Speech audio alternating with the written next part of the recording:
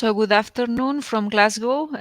Hello everyone, and welcome to the Q&A for the 3 music postgraduate taught programs. So my name is Segba Moreda Rodriguez, and I am the head of music, and I also convene the MMus in musicology. So I will be hosting this session. And first of all, I would like to ask my co-panelists to introduce themselves. So I'm just going by the order that they appear on my screen. So Nick is first. Hi, nice to see you, everybody. My name's Nick Fells. I'm Professor of Sonic Practice here in music at the University of Glasgow, and I'm convener of the Masters in Sound Design and Audiovisual Practice. So if any of you here are interested in that program or have applied to that program, then I'm obviously very happy to answer any questions about that and to contribute to any questions, any answers about studying in Glasgow in general, of course. So yeah, nice to see you all here.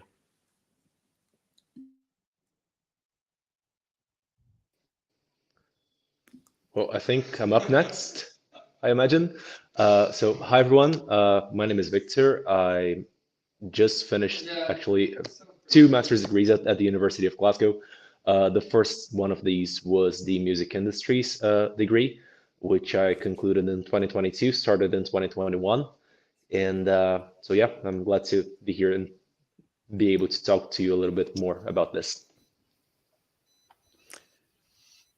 I'll jump in next. Hi, my name is Matt Brennan, and I'm Professor of Popular Music here at Glasgow, and I'm the convener of the MSc Music Industries, which Victor has been on, and absolutely happy to respond to any questions that people have about that degree, or indeed what it's like to be a foreign national who has moved to Glasgow, because I also have experience in that department.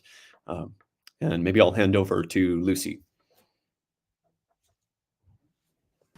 Perfect, yeah. Hello, everyone. Hi, Fauci, as we say in Gaelic. I'm currently on the Musicology Masters programme. As you might be able to tell from my accent, I am born and raised just in and around Glasgow.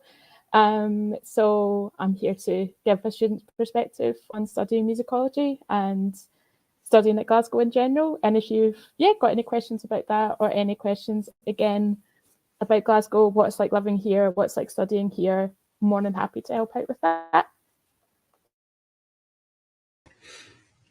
Hi everyone, I'm Pete. I'm studying on the Sound Design and Audiovisual Practice program. I moved up from England to study here, so yeah, any questions involving that or sound design and studying, yeah, happy to answer anything you've got. Yeah, so I think between all of us, we'll be able to answer a range of questions, so different programs, different all kinds of experiences as well. So yeah, so feel free to write any questions in the chat. We have a hello from Indonesia from Ezra. So hello, Ezra. So perhaps while we wait for your questions, we can, start talking a bit about our programs, the experience, and so on. So maybe, I will start by asking the 3 students here, the 3 student representatives. And I suppose, what would be one piece of advice that you would give to someone who is considering or who is planning to come to Glasgow in September to start a postgraduate degree? So what would be your advice to them?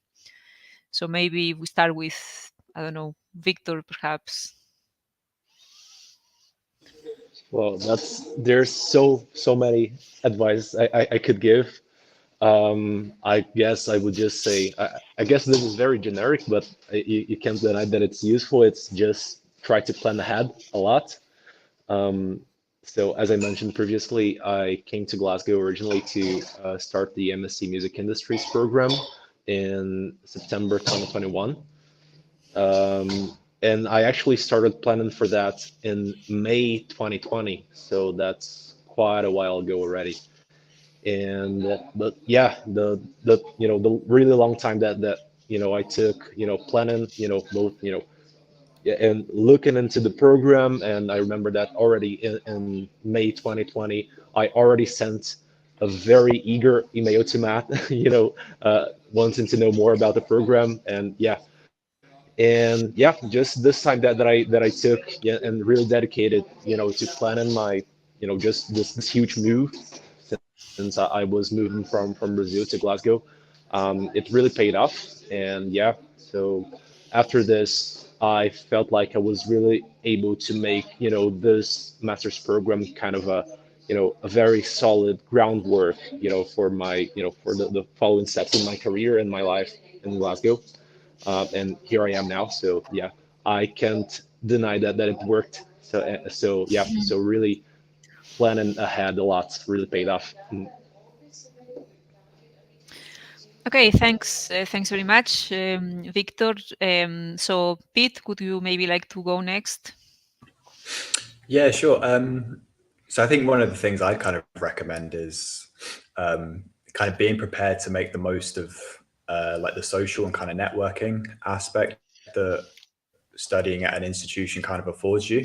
Because it's one thing to move and be fully dedicated to studying and learning as much as you can, but especially when you're doing something creative, having that kind of network of people who have also traveled to somewhere specific to do something specific, being able to share ideas and kind of collaborate and have back and forths about what you're making, about what other people are making, kind of does so much to inform like your practice and your development within that. So I think that's a really worthwhile thing to kind of focus on and try and make the most of while you're here. Okay, Lucy, do you have any advice? Yeah, I echo what both Victor and Pete have said. That's really solid advice.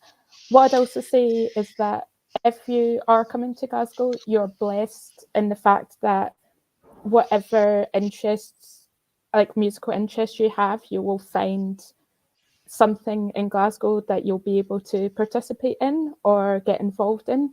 So definitely do a bit of research about venues in Glasgow, about kind of improv nights, all those kind of things, because you will almost certainly find something within the uni itself or within the city itself, particularly if you're interested in experimental music or jazz.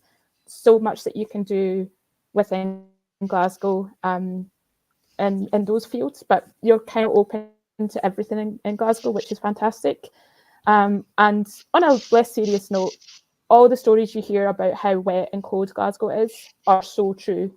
So bear that in mind as well. Like, it sounds silly, but absolutely do bring, if you think you've got enough jumpers, you haven't. Just bring as many as you can. You'll need it. Yeah, I think we would all agree with that advice. Pack some jumpers and scarves, or bring some money to, to buy them here. Yeah. So again, I cannot see any questions on the chat yet, but of course, feel free to ask us about either Glasgow or the programs.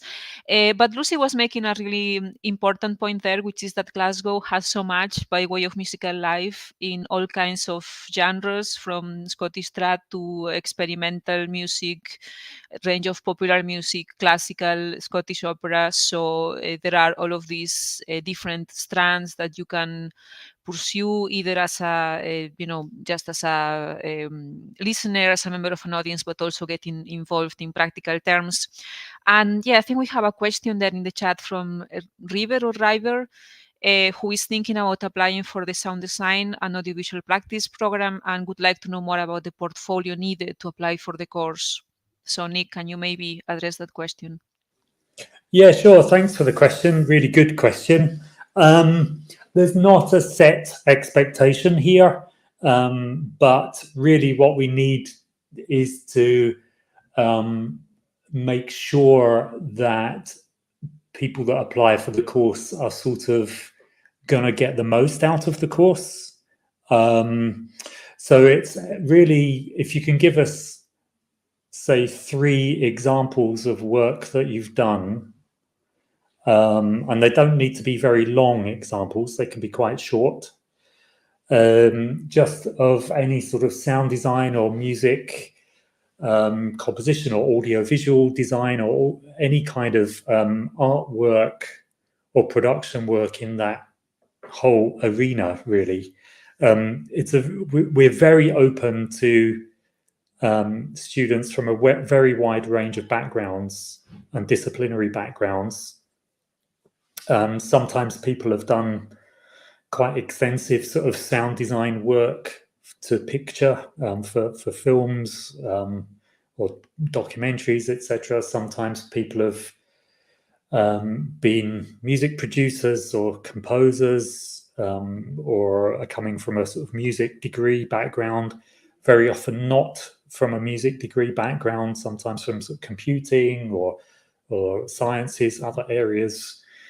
And so we get a very sort of wide range of things. And what we're looking for really is a sort of adventurous commitment, a sort of commitment to experimentation and exploration, not necessarily looking for things that have to be polished or necessarily of professional standard, but certainly things that embrace a kind of adventurous spirit and a curiosity to sort of discover things or to uncover things about the practice that you've been doing. So creative work, work that you could say is really creative and adventurous is probably better than work that is necessarily of a professional standard, but perhaps is more sort of straight recording, let's put it that way. So it's kind of work that embodies a sort of adventure or curiosity. That's really what we're seeking, or a sort of process, creative process. Does that help answer the question? We're very open, as I say, to all kinds of different forms of work. So it might be music composition, it might be performance, it might be production, it might be more in the visual domain. So yeah, we see all sorts and we accept all sorts. Pete, I don't know, is there anything you want to come in there on that in terms of the sort of range of types of work that you do on the program? Yeah, I mean, I think the range and kind of the directions that the program almost allows you or kind of encourages you to go in are, as Nick says, like really quite broad. So it is up to you how you kind of want to direct things within the context of the course. But yeah, I think the key thing is kind of echoing what Nick said about try something creative and something kind of, don't be afraid to do something that might, the kind of output might not be, this perfect, polished, finished product, but the kind of ideas that you're following and kind of bits of research that you're undertaking to get to that point are as important as what you get at the end. So if I would have thought if you're showing in your, like in what you're applying with, that you're willing to, explore ideas in those ways, then that's probably a really good approach to take. Yeah, thanks for that, Pete. Yeah, I'd second that. Mm-hmm. Yeah, thanks both for a bit of an overview both into the application process of the sound design MSc as well as what happens in the actual program. Yeah, we have another question there for Nick or for the MSc sound design. So River again would like to move into sound design in film and TV, and he's asking whether the course would open up those opportunities. Yeah, thanks. Again, good follow-up question. Funnily enough, I've been talking to a lot of the students on the program about this very question or this kind of question recently, as people are sort of now moving into the sort of final phase of their degree at the moment and doing their sort of independent projects, their portfolio projects for the sort of wrapping up of the degree. So they're obviously sort of starting to think about next steps and careers and so on. This particular question is a problem, a sort of pretty wide problem, because of course there are sort of hundreds and hundreds and thousands of students graduating with degrees in sound design and with degrees in this kind of domain, as there are many programs in this kind of area now. So part of the problem for studios, employers, creative directors and producers and so on, if they're employing people, is sometimes you've got lots and lots of people applying for one position. And they all have a degree in sound design or a degree in music technology or something like that. And part of the problem then is distinguishing between what people have done. So what we're trying to do really is add value. That's what we're trying to do on the program. And sometimes that involves tackling things from a very sort of left field point of view. You know, trying to disrupt what's out there already, trying to look at different strategies, different ways of doing things, different modes of production, trying to introduce some quite unusual and distinctive ideas. So that's really where we're coming from. I think in terms of the program, what we don't do, or at least we don't really spend time formally doing in the program, is training people on sort of industry standards.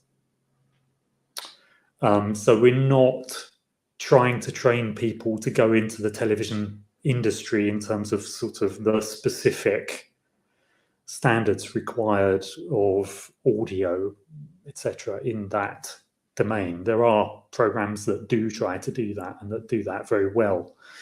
But what we try to do is bring a more sort of creative dimension to it, a more distinctive and sort of unique perspective on the whole field, that you can then take into that domain and maybe apply it.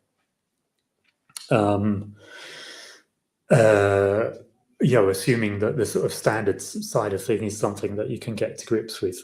My view on that is that a lot of that work in the sort of standards area is something that you can learn anyway. So we see the program very much as I say, sort of disrupting things and giving people a more deep-seated sort of creative approach that maybe distinguishes them a little bit in that field of lots and lots of graduates coming out. So that's kind of what we're trying to do, really, I would say. I hope that goes some way to answering the question. Again, Pete, I don't know if there's anything you want to say to that at this point.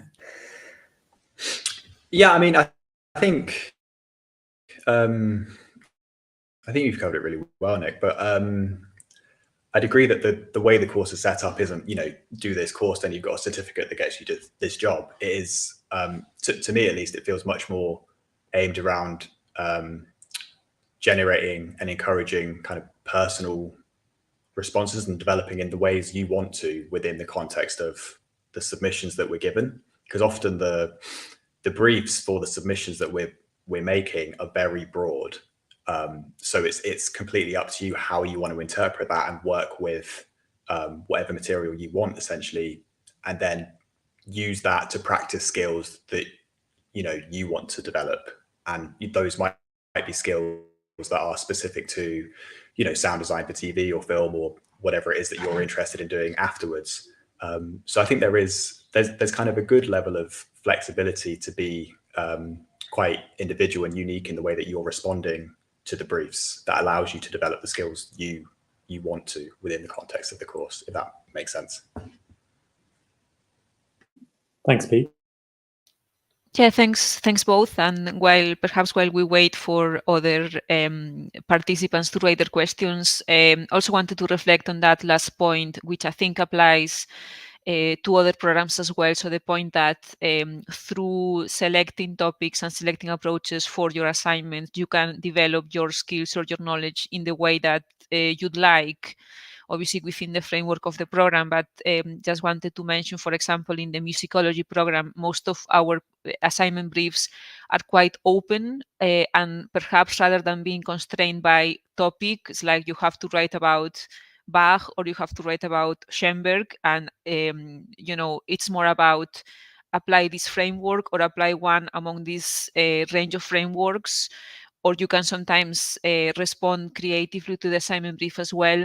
And I suppose this reflects what PGT study can be about as well. I mean, many of you, if you're coming from undergraduate, you might have certain ideas or expectations about university study. And I have to say, sometimes, yeah, there is a jump from undergraduate to postgraduate, in the sense that very often it's not so much about what you learn, at least in the musicology program. It's not that we need to cover like specific composers, specific practices within music, but it's more about thinking about how do we learn about those, what research techniques do we use, what frameworks do we use to interpret them. So do we use a global musicology framework or a musicology of performance framework, or something else, or a combination of all of these things. And I suppose the assignments can also help you bring in your own interests. Is there, if there is anything specific that you always wanted to know about, or something you actually know a lot about, you can use that as a basis to say, okay, I'm going to interrogate this thing that I know about from all of these angles. And I am sure in music industries the situation is similar, Matt. Yes, absolutely. I was just thinking about the fact that you described the PGT experience very well, I think, and in music industries, it's no different. So, I think also actually the very notion of music industries, the teaching staff here, we have a focus on popular music, but that actually signposts more of an approach to thinking about music than it does, oh, there's going to be a backbeat on 2 and 4 and guitars in the type of music that you'll be focusing on here. You could take a music industries approach or sociological approach to classical music, to traditional music, to all kinds of different genres and styles, and think about questions like, okay, if we're trying to monetize the work that we're doing in any of those genres, and let's focus in on a specific case study that the student themselves chooses because it's aligned with their own goals, then what are the problems? How does that transaction work? Who benefits? Who loses? Are there structural inequalities in how wealth is distributed when you try to monetize musical labor? These are the sorts of questions that we're interested in on a music industries degree.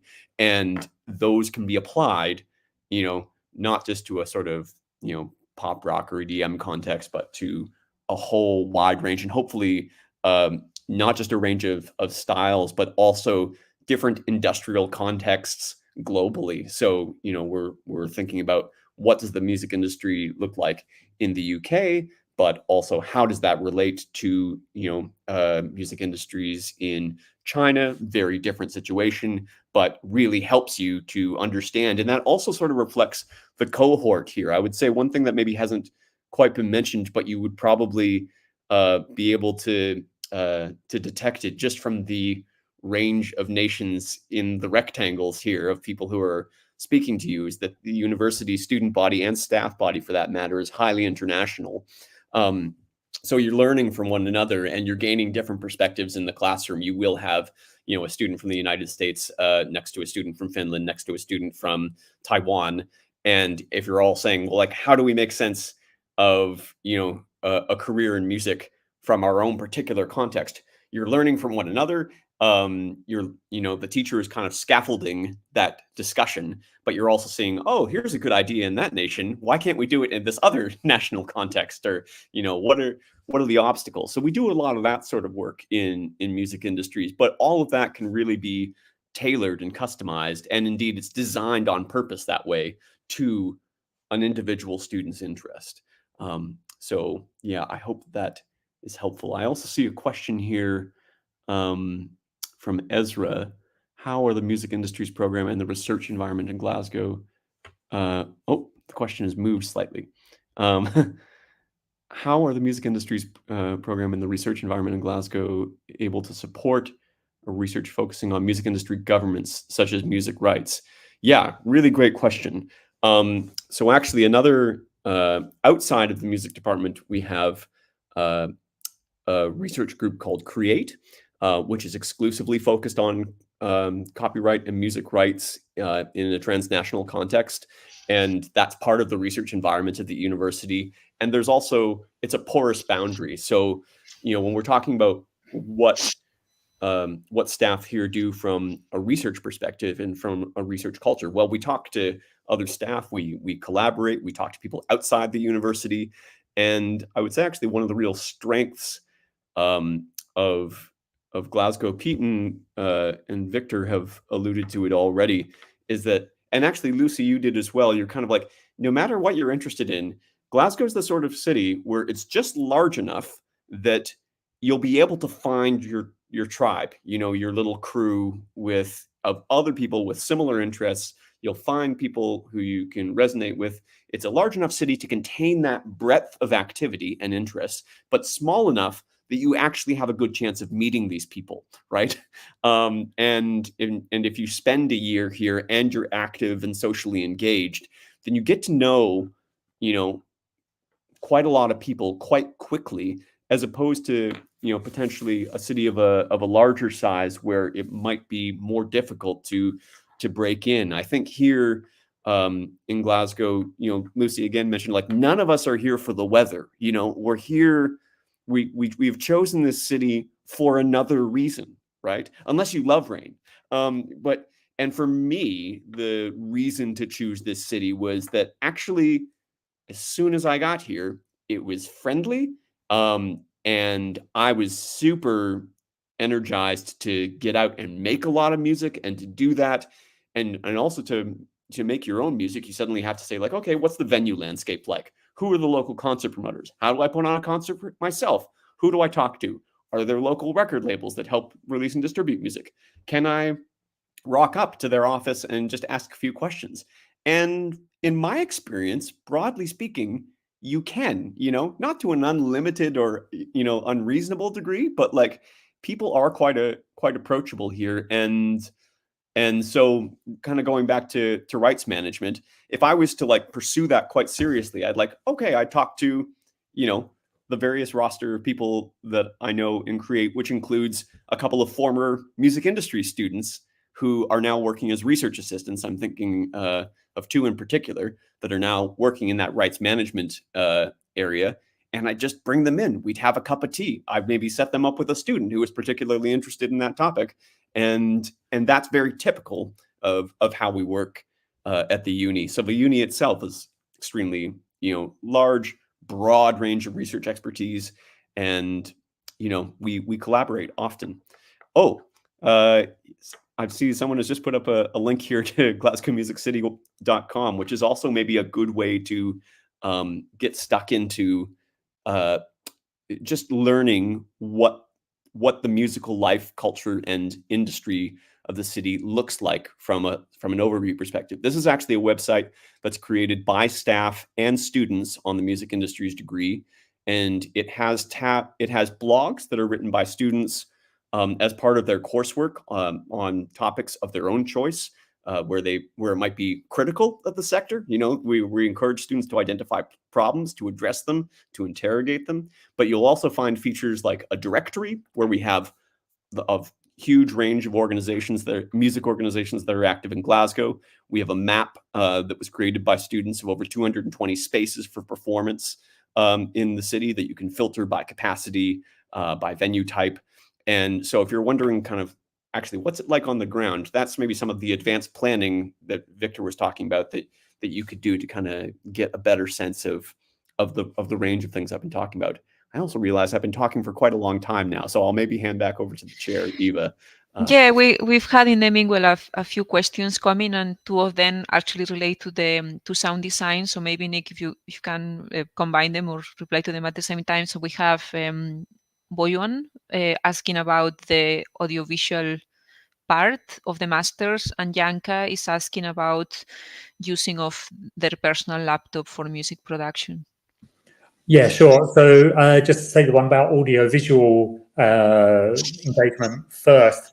So there are a number of courses where you engage directly with audiovisual materials. So there's audiovisual composition in the program, which is looking at kind of the audiovisual contract, the relationship between sort of temporality in the visual domain and in the audio domain, how we design materials for audiovisual work, and how we kind of create perhaps a kind of unified sense of audiovisual medium. So it's taking quite an open approach and fairly experimental approach, and also looking at ways in the technology of kind of working real time and interactively across both domains.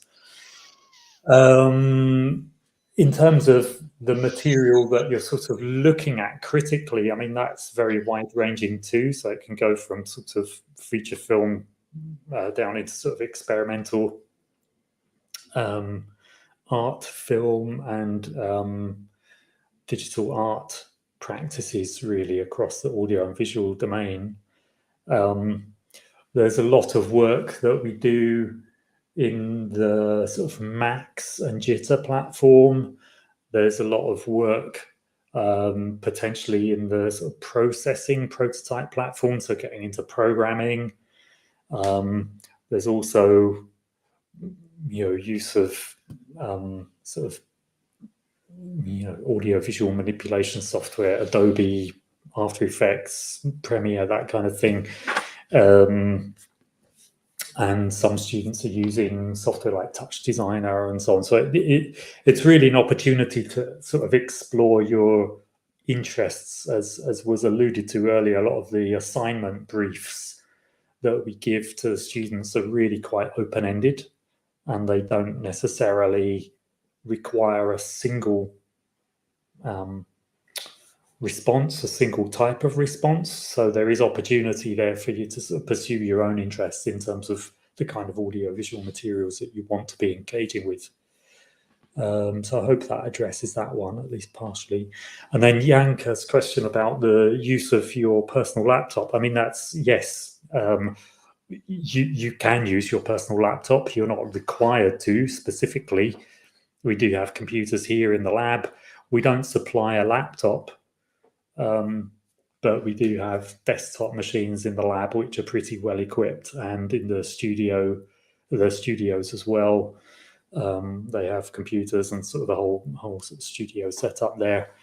So there's quite a wide range of software available. The main digital audio workstation that we use is Reaper. That's what we tend to sort of center our audio work around, and then programming in Max, as I say, forms quite a big part of it. But you're not required to use your own personal laptop, but it probably helps if you've got one. Thanks, Nick. So we have a question from Martin.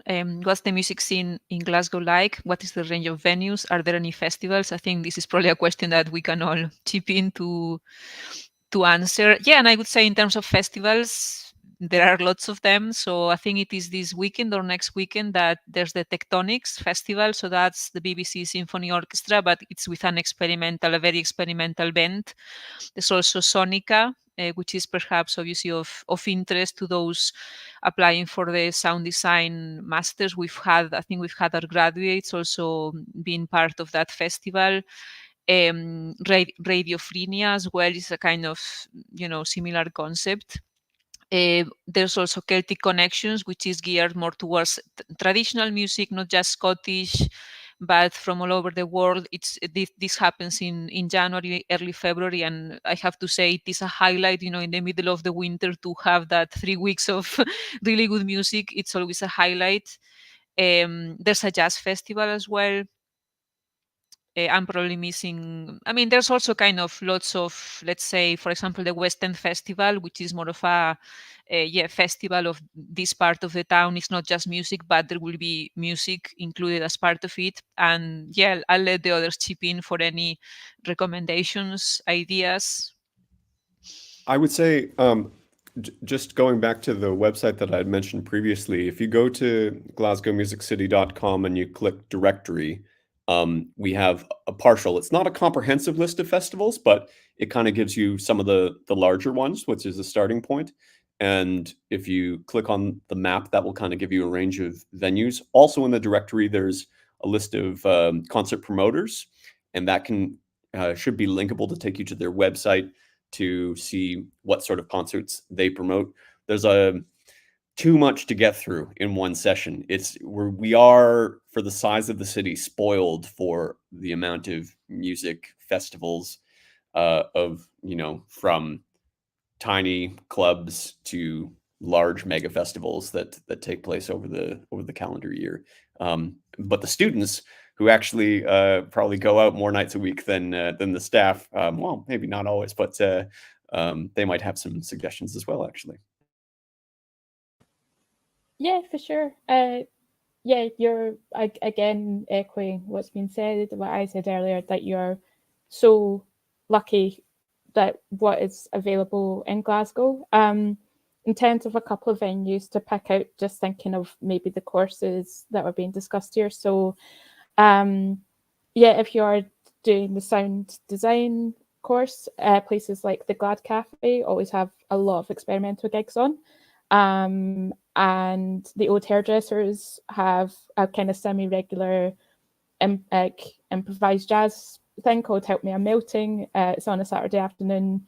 And then places like the Hug and Pine, Broadcast, Stereo, Mono, Room 2, which has opened up fairly recently. Like if you're, that's kind of, they're always good little gigs, like kind of up and coming bands, but you know, kind of critically acclaimed ones tend to play those venues, and they're just good spaces, easy to get around.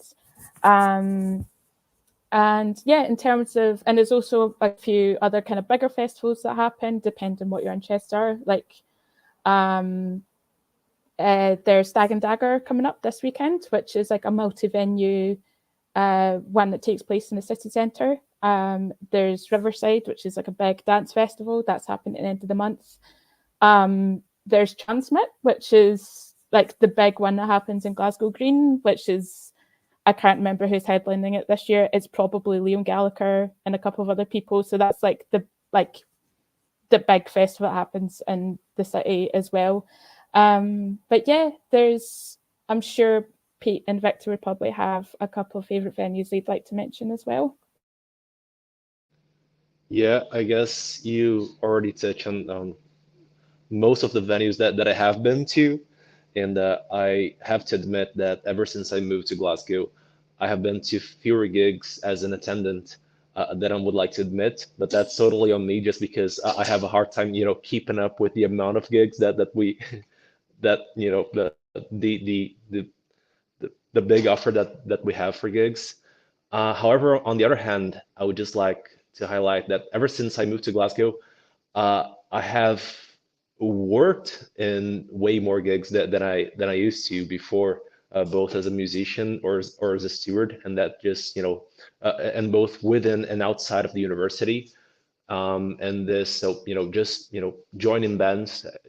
Initially, when I first came to Glasgow and I joined the MSc Music Industries program, I joined the band, which was started by one of my classmates, and yeah, that just gave me the opportunity to to get to know a lot of these venues, just from the perspective of a musician sometimes. And yeah, that says a lot about how lively the music scene in Glasgow is. So there will definitely be lots of opportunities for you to just participate in it, regardless of what perspective you're approaching it from. Yeah, and probably should be added as well, if you, I suppose, if you don't want to leave campus, you can still enjoy quite a lot of musical life within the university campus, even if without venturing into the city. Yeah, so there are a number of student societies. Mostly, I would say, a lot of them perhaps more in the classical kind of arena. So the orchestra, several choirs, but there's also a big band. There's also a sound arts, sonic arts society now, musical theater. Yeah, there's a range of them. And we also in music, we constantly get messages in our virtual common room about people who are putting together a band and they are asking for fellow musicians. So if nothing, I suppose, if none of the existing ensembles is to your taste, you can always start your own. Yeah, just to add to that, from a jazz perspective, I know that there's a Thursday night jazz society jam session on campus, which I've been to. almost entirely filled with students. I think maybe the only member of staff there. I was really just going from a sociological perspective to check it out.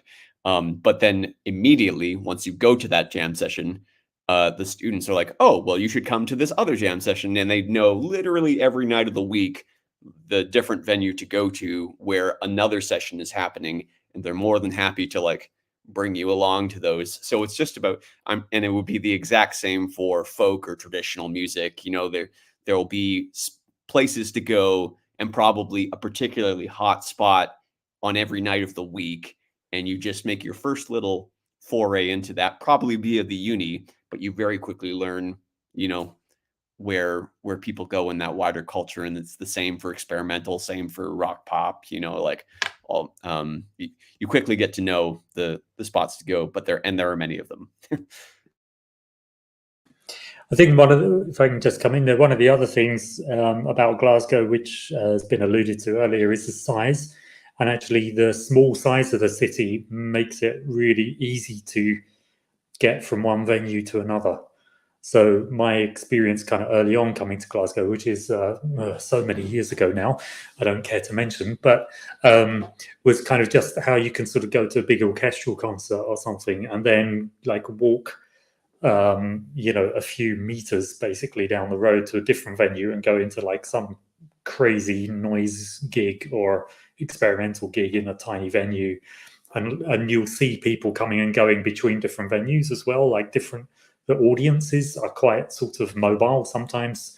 So I've done gigs where I've kind of been playing in a tiny kind of basement gallery, playing in an improv gig, playing the violin when I don't even play the violin. But anyway, I found myself with a violin, the BBC conductor who'd just been conducting a concert was standing at the back in the audience, and it's kind of like that sort of tight-knit community is quite a nice thing about the proximity of venues that we have in the city. Yeah, and I suppose this also ties in very well with some of the topics that we cover, I think, in the MMus in musicology, probably music industries as well, maybe sound art, but there's obviously lots that you can tie all of these to broader trends, broader scholarly trends, such as music in the city, or kinds of, music and the urban space, networks, social networking in music and place, music and space. And actually, I was kind of thinking that we've had several students over the years who write their dissertation on aspects of Glasgow music. So either venues from a historical or from a contemporary point of view, or aspects of music in Glasgow, or they interview people, and so that can also tie in very nicely, if you want to combine, suppose, business and and pleasure in that respect. So I think we will be needing to wrap up quite soon, but I think we have time for if there are any kind of last minute questions.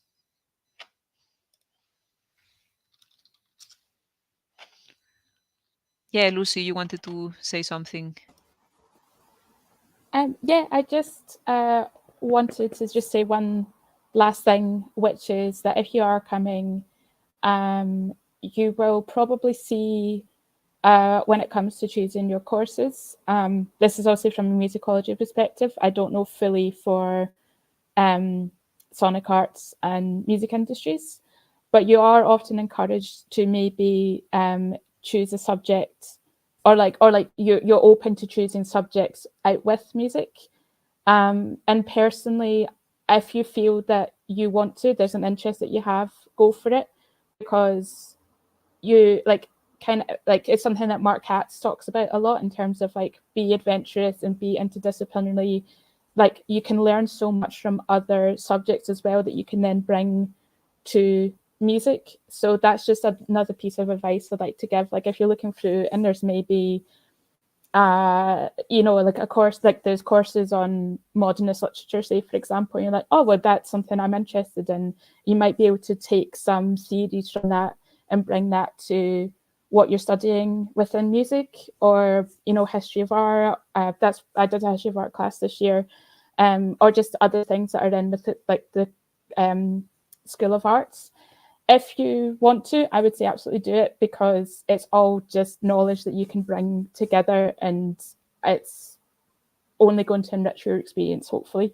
So that was just one last thing I wanted to say to any prospective students. Yeah, this is something that I don't think we talk about it, but I think in all three programs there are some options, some courses that are options, and you can take them from within another music program. So not all courses are open to all music students, but some of them are. I mean, we've had in musicology, we've had people from music industries and vice versa, and sound art as well. So you can get to know other programs in music. So what do other classmates who are in music but not in your program, what do they do? But also, as you say, you can choose courses from the broader College of Arts. So some of them will be interdisciplinary courses. For example, there's a course on festivals. So you will get to know about festivals in music, but also in film and in theater, and also from a kind of more cultural policy perspective. But you can also take courses which are kind of completely outside music. As you say, history of art, theater studies, again, will depend on the courses having spaces, because they need to accommodate their students first. But yeah, definitely that's an option, which I think, at least in musicology, I feel our students is something that they really appreciate. The other thing, just to add to that, is if you do come to Glasgow, is maximize the opportunity here for talking to other people on the staff as well, because we've got really wide-ranging interests, and often our interests go beyond what's taught in the program. And coming and talking to us, and coming to talking to all the staff about their interests and their various research threads and so on, is something that you can really benefit from too. You know, we're a kind of diverse and culturally and intellectually rich bunch of people, and sort of really drawing on that and making the most of your time here is key, I think. Yeah, so there are formal, well, semi-formal opportunities for that as well. So, for example, we run a seminar series every Wednesday Wednesday early evening. So there's this seminar series with speakers both from within Glasgow, but also invited speakers who will normally reflect on our research interests, like in some capacity. But again, it's a very broad range of topics, which, I mean, again, you might be someone working with sonic arts, like in the latest technology, but I don't know, you might go to a talk on I don't know, Baroque music, and there might be something there that really kind of sparks your interest, really kind of makes you want to know more, or of course, vice versa. So I think there are no more questions. So thanks everyone for listening to us, and also for your questions, and thanks to my fellow panelists for their hard work here. I think maybe we can tackle with last question, which could be for Matt. Is there a pathway from the music industries program, to continue to a PhD program related to music rights and royalties? Maybe we can squeeze in that last question. Yeah, so just to very quickly answer that, and this applies, I think, to all of the postgraduate taught music degrees here. Mm-hmm. So on the one hand, speaking for music industries, on the one hand, we have students on the program who want to work in music, who want to get a better understanding of the music industries. So we'll train them up for that. Equally, there will be students who want to move on to a PhD, and we also train them up for that. So absolutely, we're hoping to provide a pathway onto pursuing a PhD, either at Glasgow or at another university for that matter. And so, yes, I'd be very happy to talk to you further about that. If you wanted to drop me an email, if you just type in Matt Brennan, Glasgow, and send me a quick email about that, I could respond to that question in a bit more detail. But the short answer is yes. Yeah, and this applies to, I think, all three programs, and I can remember students in all three programs who went on to the PhD either with us, but also somewhere else. Of course, we prefer you stay with us, but some people, prefer to go somewhere else. Yeah, and even the experience of writing a dissertation or preparing a sizable portfolio is a good preparation, I think, for then moving on to an even even bigger project. Okay. Yeah. And perhaps more helpfully, I could put you in touch with a couple of students who have taken exactly the path that you're asking about, and they could give you their perspective. So. Yep. Okay, so I think that was the last question. So yeah, so thanks everyone again, and thanks to my fellow panelists. And I think we all hope to see at least some of you in Glasgow next September. Thank you very much.